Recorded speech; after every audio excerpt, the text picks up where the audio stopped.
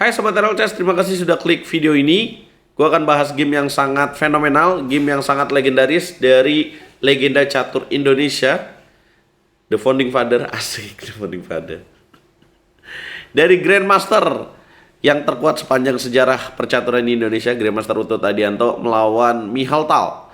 Ini terjadi di tahun 1986 dan ini terjadi di turnamen Reavikhoven. Ya, dimana saat itu nih Michal Tal lagi kuat-kuatnya juga nih teman-teman. Michal Tal tahun 1986 di turnamen Reavikhoven mengumpulkan 7,5 poin dari 11 babak. Ini turnamen Swiss ya. Kemudian Grandmaster Utut Adianto mengumpulkan 6,5 poin.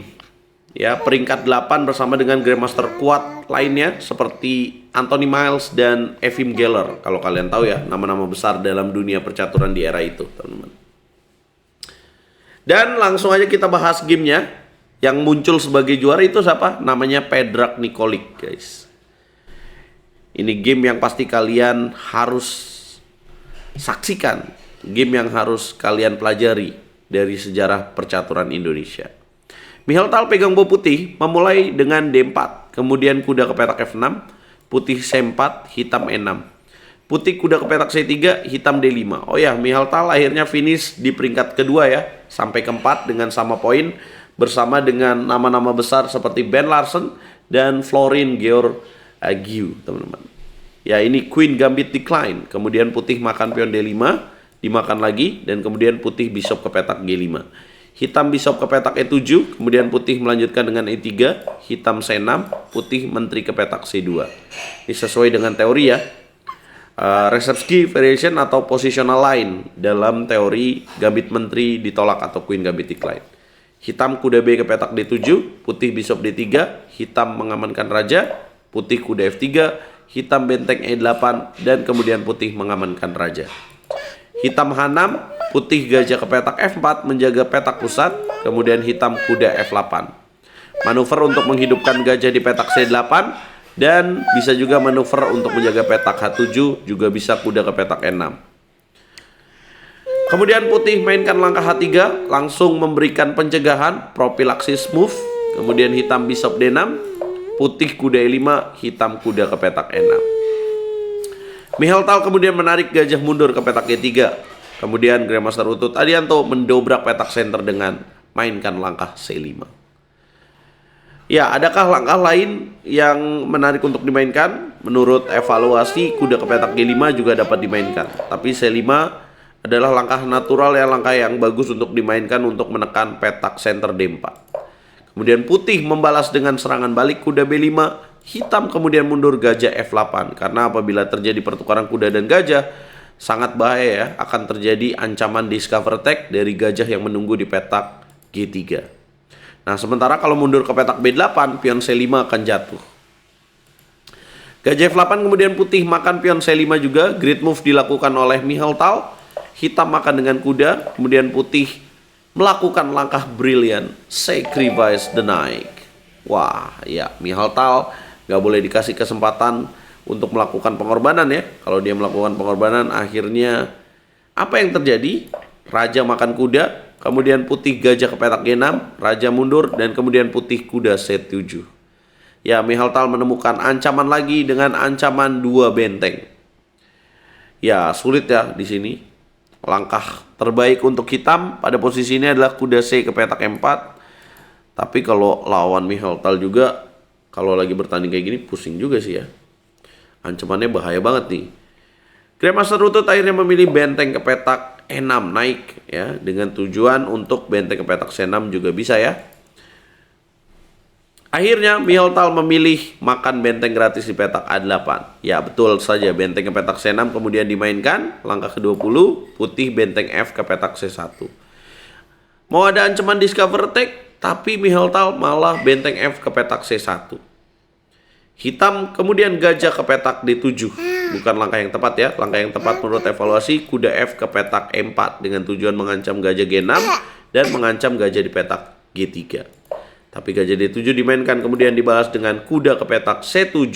Kemudian hitam kuda C ke petak E4. Ancaman discover attack dari benteng C6 mengancam queen. Putih gajah makan kuda. Boom.